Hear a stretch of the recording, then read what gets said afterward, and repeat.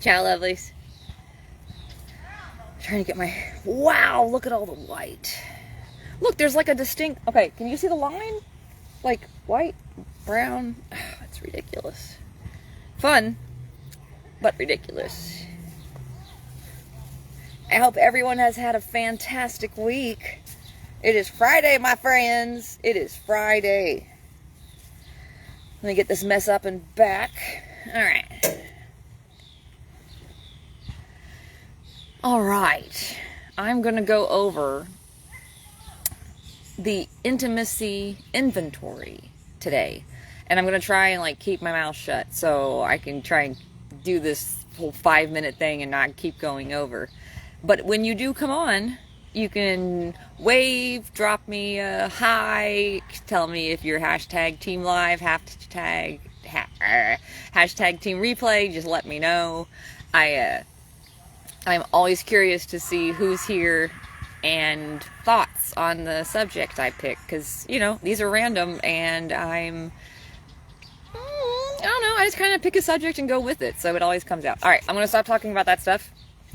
Intimacy inventory. Essentially, things that someone like myself or, psychologist, anyone, they're going to ask you these questions. And these are things that you need to know about yourself so you're able to clearly communicate with yourself and accept it and move forward and do things you need to do, or you're able to communicate with a partner, because, that is a big one. That is a big one.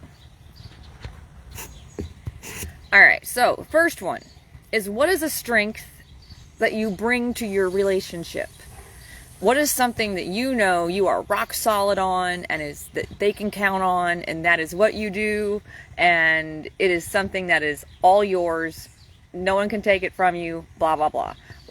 I'm saying hi to people. That's what I'm doing down here. What is your strength in a relationship? Think about that one, because then you can always work on it and make it better. Or you can add some. What is something that you bring to a relationship as far as a dilemma? What is stuff that you struggle with? Have you ever sat down with yourself and said,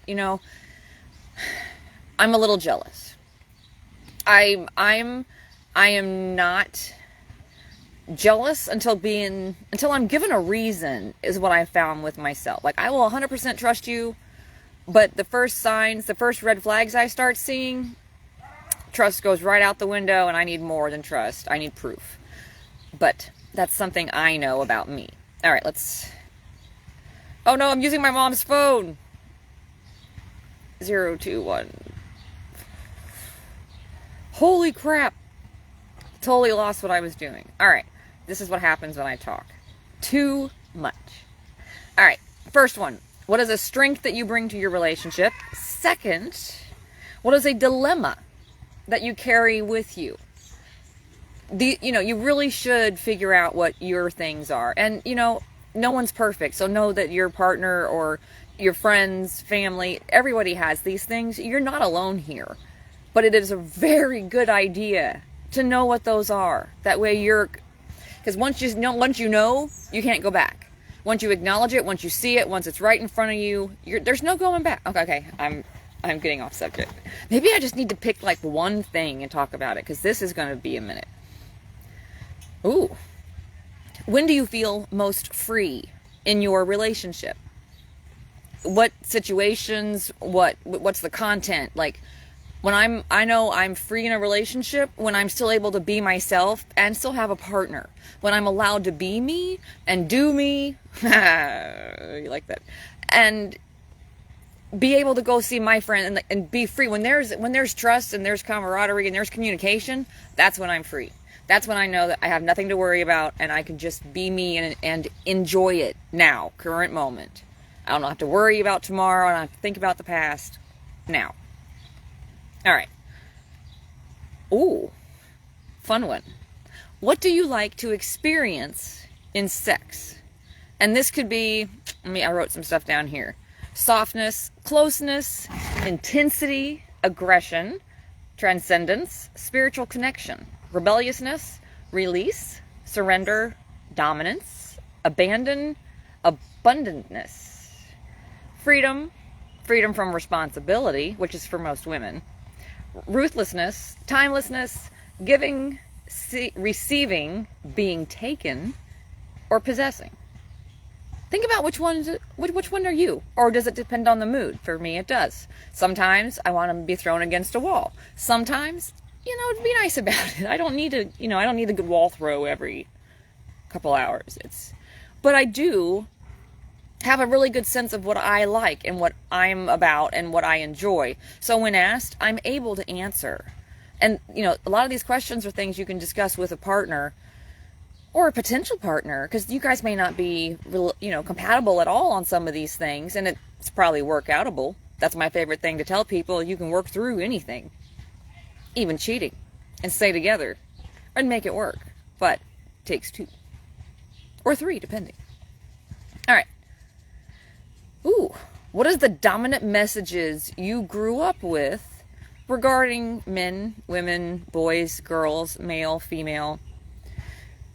I grew up in the Philippines, very male-dominated country. Very, guy does whatever he wants, cheats, has mistresses, girlfriends, and girl stays at home, takes care of the kids, and keeps her mouth shut because he's paying the bills and he's doing, a good job as a father and provider. So, again, depending on the country, depending on your culture, depending on a whole bunch of things, is whether or not your thoughts on the subject might be different. Because I was actually married. I was married for 2.5 months to a man that thought I was going to end up like barefoot in the kitchen once we got married.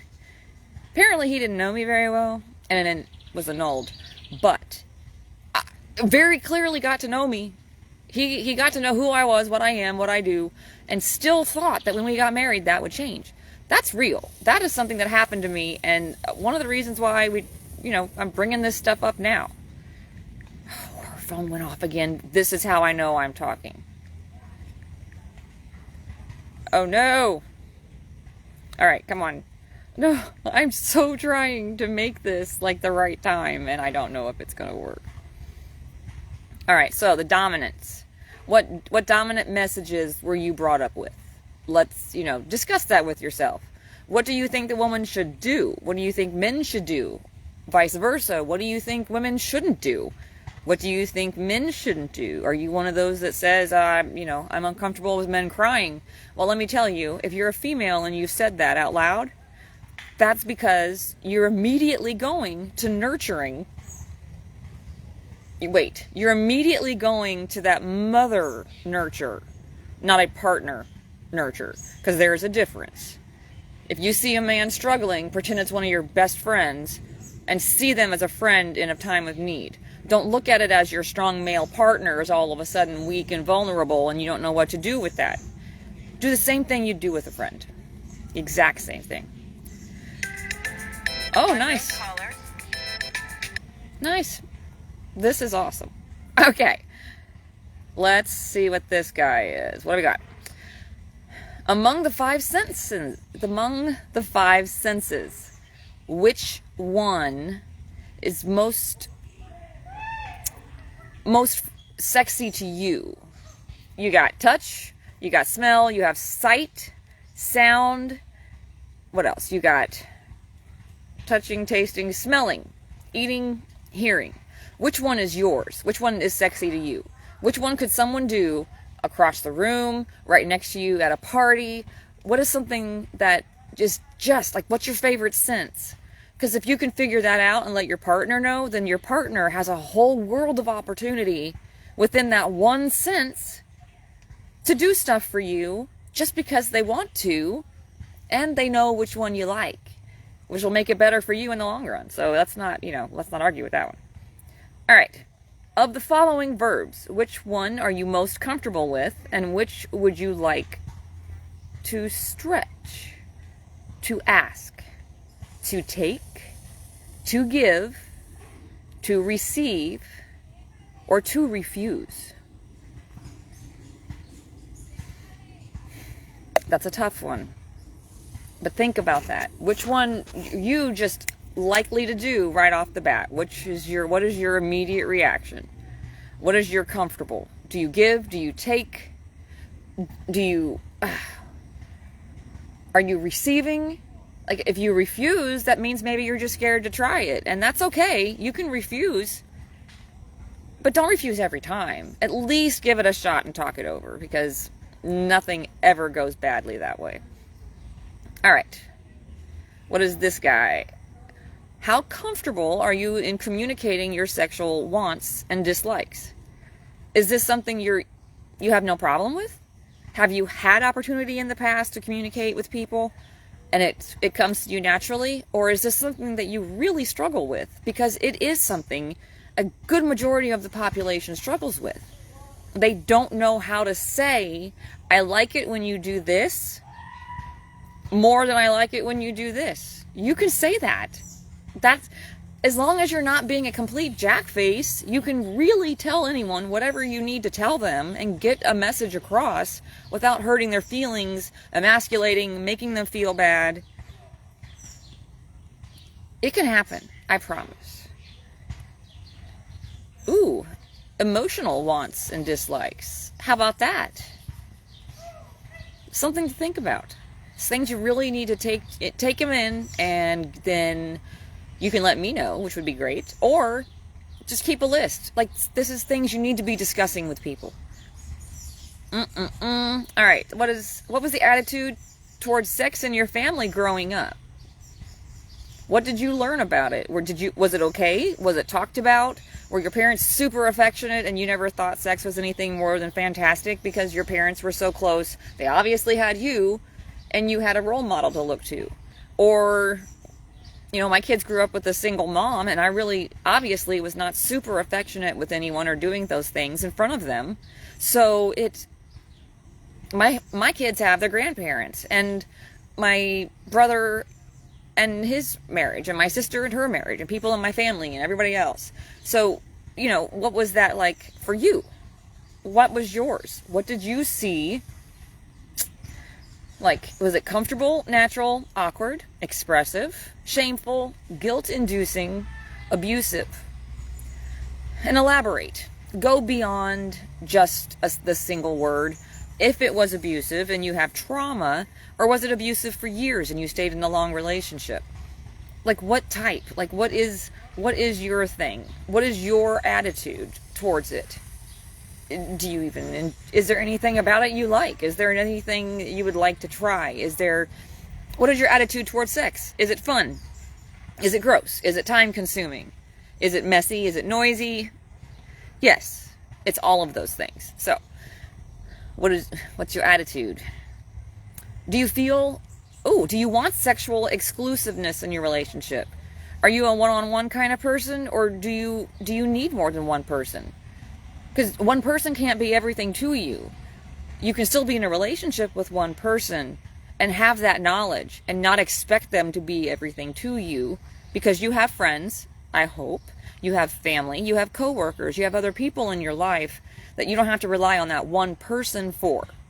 So if you are looking for monogamy, you might want to ask yourself why. And like me, I am monogamous. I've had multiple partners. I've done that. But for me, when I'm in love and it's just me and you, I'm not a fan of sharing. But that's me. And you know what? That's okay. And no one judges for it. That's who I am.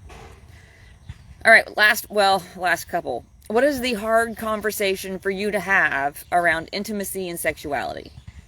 How do you feel when you start talking about it? What happens inside your body? Are you nervous? Are you anxious? Are you relaxed? Are you happy? Are you open? What's happening with you? Ugh. What's the story? What's your sex story? Let's chat about that for just a second. What was it like for you growing up? How has it been for you as an adult?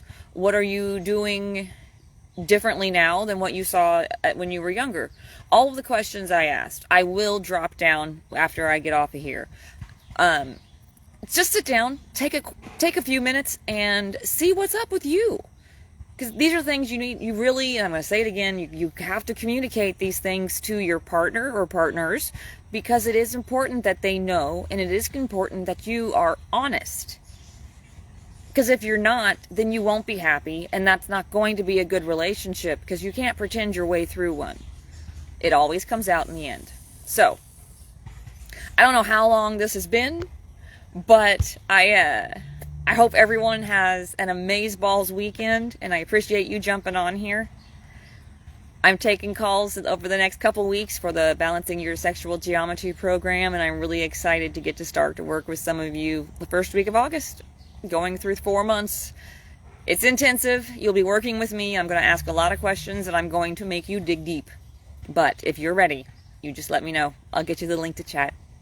From my face to yours, I love you. Ciao.